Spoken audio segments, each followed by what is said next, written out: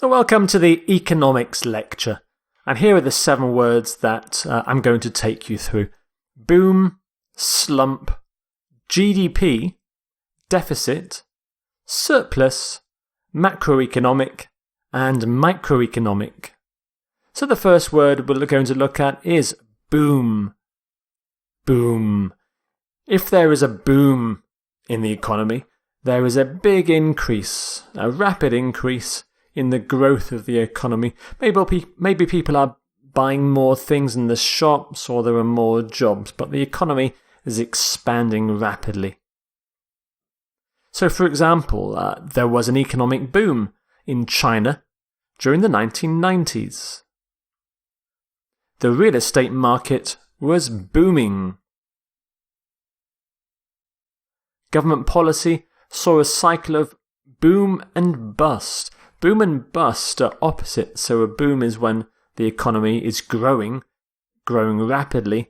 Bust is when it's not growing, it's either stagnated or it's declining. So boom and bust often go together. So sometimes governments, they make the economy expand really fast, but those policies then lead to a bust. We often talk about the boom years. Years when there was rapid economic expansion. The baby boom. The baby boom is when lots of babies are born in a short period of time. So at the end of the Second World War, when the war was over and all the soldiers went home to their wives, there was a baby boom because the soldiers and the wives made lots of babies. And we often talk about an economic boom as well.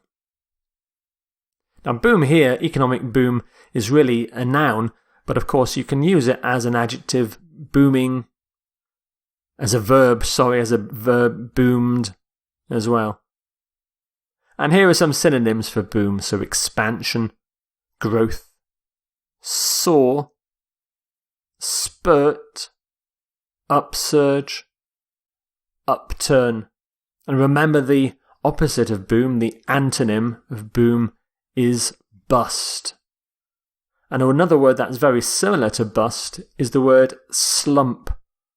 This is also the opposite of boom. It means the same thing as bust. It's when there's a decrease in economic growth or stagnation. So when there is no growth, it's flat, there are fewer jobs, people spend less money. So the collapse in the banking sector led to an economic slump. This was in 2008. Net profit slumped by 41%. There was a significant slump in the housing market, so maybe housing prices started to fall. So we talk about an economic slump, sales slump, a housing slump. We often talk about a slump in something. So a slump in the economy, a slump in sales, a slump in housing. Some synonyms for slump. Bust, of course, bust. Decline, decrease, downturn, recession. A recession is when a country's economy doesn't grow for 3 quarters of the year. And when a recession is really bad and when there is no growth for years, we talk about a depression.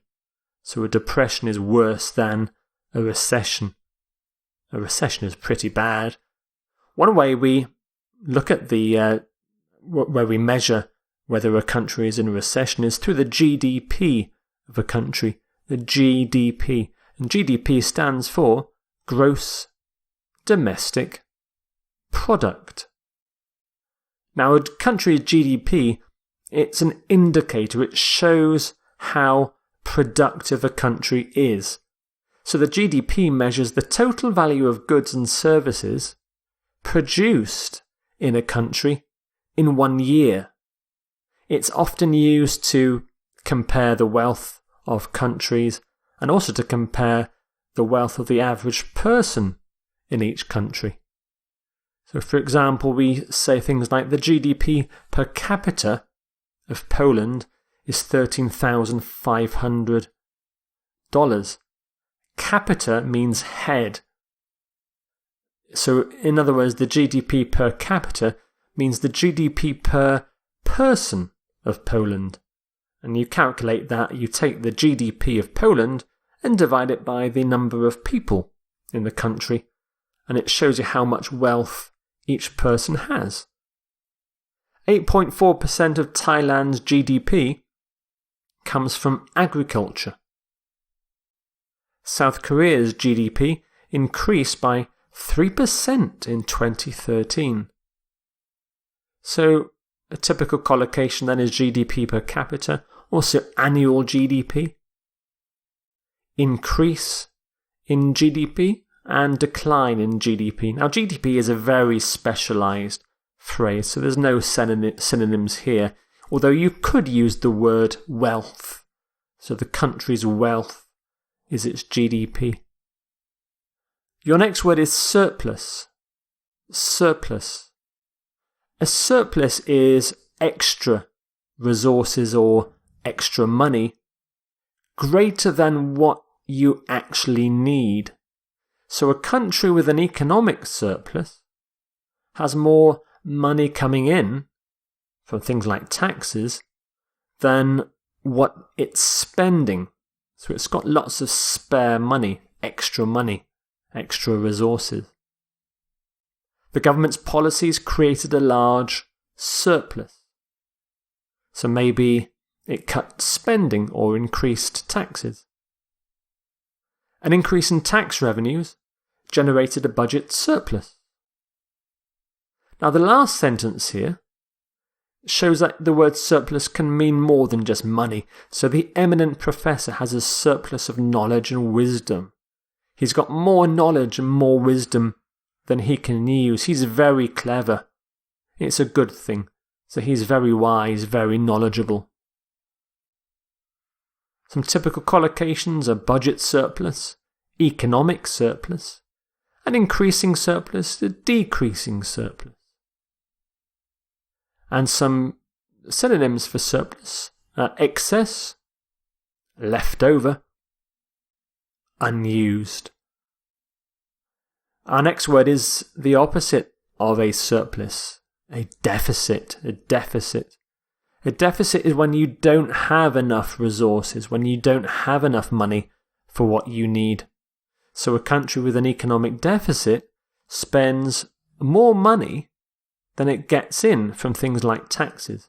It spends more money than it has. They're finally ready to cut the budget deficit next year. Politicians talk a lot about trying to cut the budget deficit. The Greek government ran a budget deficit of 3 billion euros last year. So it spent 3 billion euros more than it took in from things like taxes.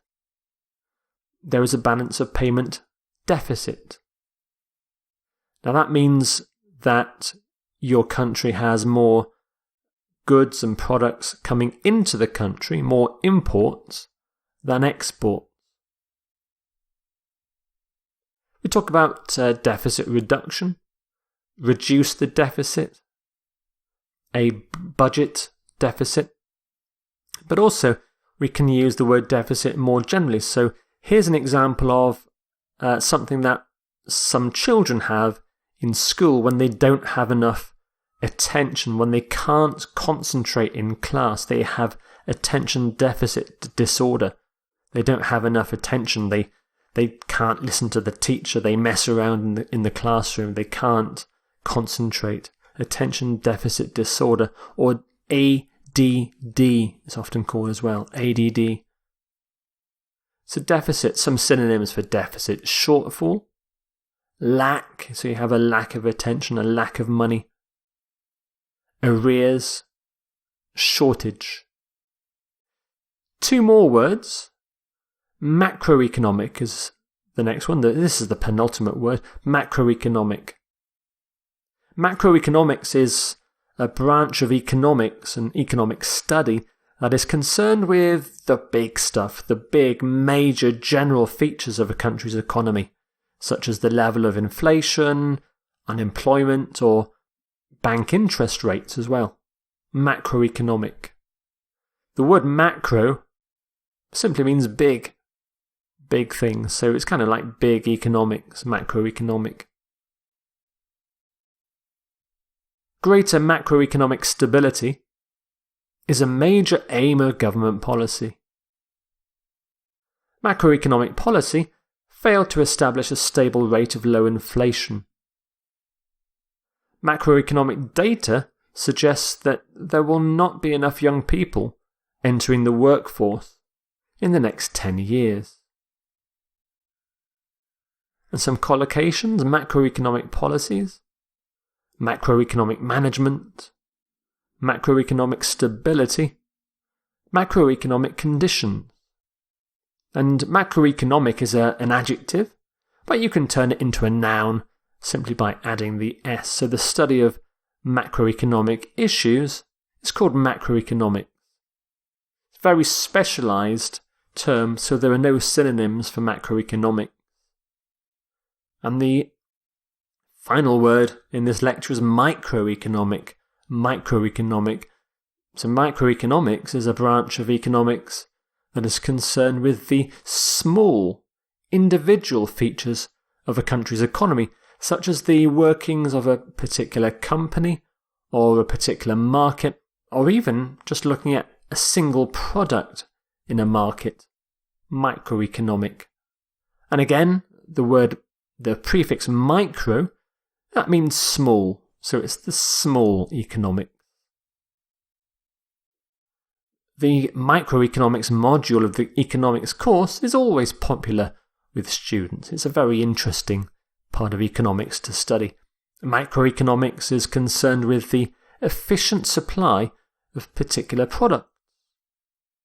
His study into the success of the iPhone was a model example of microeconomic research. So it's the study here of one product. So we can talk about microeconomic policies, microeconomic management, theory, reform. And again, like macroeconomic, you can turn it into a noun by adding an S. And again, no synonyms for microeconomics, because it's a very specialised word. So here are your 7 economics words then. Boom, slump, GDP, deficit, surplus, macroeconomic, microeconomic.